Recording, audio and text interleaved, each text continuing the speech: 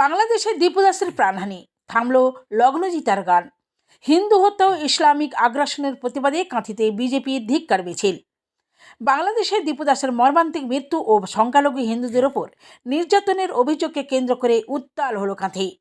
একই সঙ্গে ভগবানপুরে তথাকথিত ইসলামিক আগ্রাসনের ঘটনার প্রতিবাদে কাঁথির সাংগঠনিক জেলা বিজেপির তরফে এবং কাঁথিনগর মণ্ডলের উদ্যোগে আয়োজিত হল ধিক্কার সভা ও প্রতিবাদ মিছিল।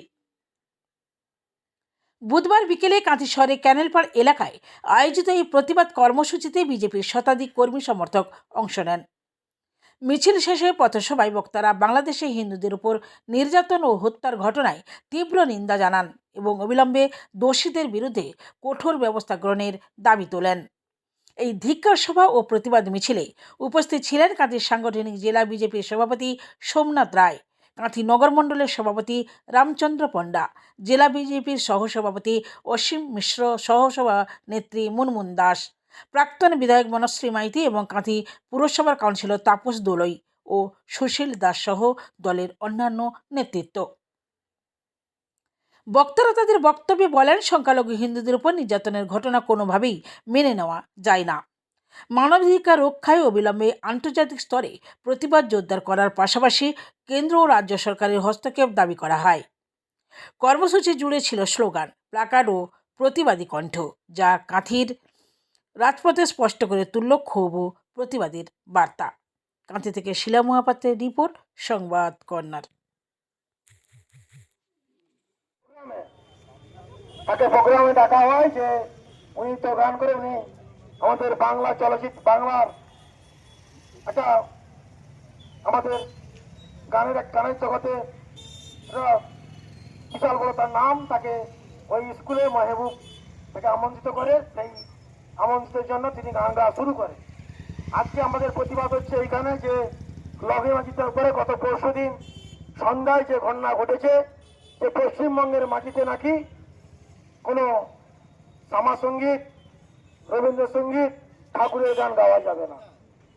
এ কোন রাজ্যে আমরা বাস করছি? যে মেহবুব মল্লিক সেই তখন লগ্নজিতা মঞ্চকে 5টি গান গাইছে, 6 নম্বর গানের সঙ্গে সঙ্গে ওই স্কুলের যিনি দায়িত্ব রয়েছেন মেহবুব মল্লিক সেই গান থামান, যে এই গান, যে জাগো মা জাগো, এই গান গাওয়া যাবে না। এটা নাকি বাংলাদেশ হয়ে গেছে, এটা পশ্চিমবঙ্গ আর নেই। সেই জন্য এই গান পশ্চিমবঙ্গে আর গাওয়া যাবে না, তাকে সমর্থন করছে আমাদের মাননীয় মুখ্যমন্ত্রী। তারই ইন্ধনে আজকে আমরা দেখতে পাচ্ছি পশ্চিমবঙ্গে আনাচে কানাচে ভারত পাকিস্তান খেলা হলে, ভারত হেরে গেলে, পাকিস্তান জয়লাভ করলে কিছু জেহাদি মুসলিমরা বোম ফাটাচ্ছে। বাংলাদেশের ভগবানপুর মৌলবাদী অন্ধত্ব, মৌলবাদী হিংসার সূত্রে বাঁধা হয়ে গেল। বাংলাদেশে গান গাওয়া যায় না, পূজা করা যায় না, প্যান্ডেল পোড়ানো হয়, আর এখানেও ঠিক তাই। বাংলাদেশের জাতীয় সঙ্গীত পরিবর্তন হয়, আর এখানেও কিন্তু যে বাংলাদেশের সংস্কৃতি আদর্শ সেগুলো লাগানো যায় না। এবং এর জন্য এখানে যারা বুদ্ধিজীবী আছেন, অপর্ণা সেনের মতো বুদ্ধিজীবীরা, সুরজ সেনগুপ্তের মতো বুদ্ধিজীবীরা, তারা কিন্তু কোনো মিছিল বের করেন না, তারা প্রতিবাদ করেন না, তারা কিন্তু তাদের সমস্ত বুদ্ধি বিক্রি করে দুজেল গাইদের কাছে আত্মসমর্পণ করেন। দেখুন, আমাদের মূল প্রতিবাদ হচ্ছে কি, আরবি সংস্কৃতির হানা ভারতীয় সংস্কৃতির উপরে। আমরা মুসলিম বিদ্বেষী না, কিন্তু মুসলিমদেরকে যেভাবে ভোট ব্যাংক করে রাখছে মমতা ব্যানার্জির সরকার, মানুষ বলে মনে করছেন না, দুধেই গাই বলে মনে করছেন। আমরা তারই বিরুদ্ধে। তৃণমূল দাবি করছে যে এই ঘটনার সঙ্গে তৃণমূল প্রকৃতপক্ষে যুক্ত নয়, বিজেপি